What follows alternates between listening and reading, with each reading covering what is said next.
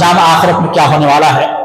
آپ قرآن میں سورہ مدثر میں آیت نمبر 40 پڑھیں، آپ 40 سے لے کر 40 کے 7 تک پوری آیت پڑھتے جائیے۔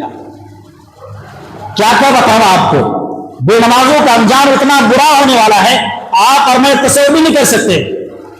قرآن میں اللہ فرما رہے ہیں فی جنات یتساءلون عن المجرمین ما سلککم فی سقر قالوا لم نک من المصلین ولم نک نطعم المسکین وکنا نخوض مع الخائضین وکنا نکذب بیوم الدین حتی اتانا الیقین۔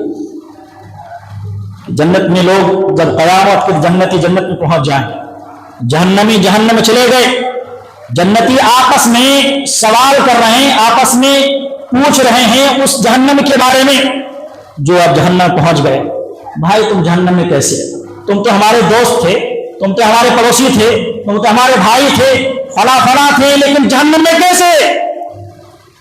بہت ساری زندگی میں گناہ ہوئے ہیں، مجھ سے بھی ہوتے ہیں، آپ سے بھی ہوتے ہیں، ہر انسان سے گناہ ہوتے ہیں، لیکن اللہ تبارک و تعالیٰ قرآن فرما رہے کہ کسی اور گناہ کی وجہ سے اسے جہنم میں نہیں ڈالا۔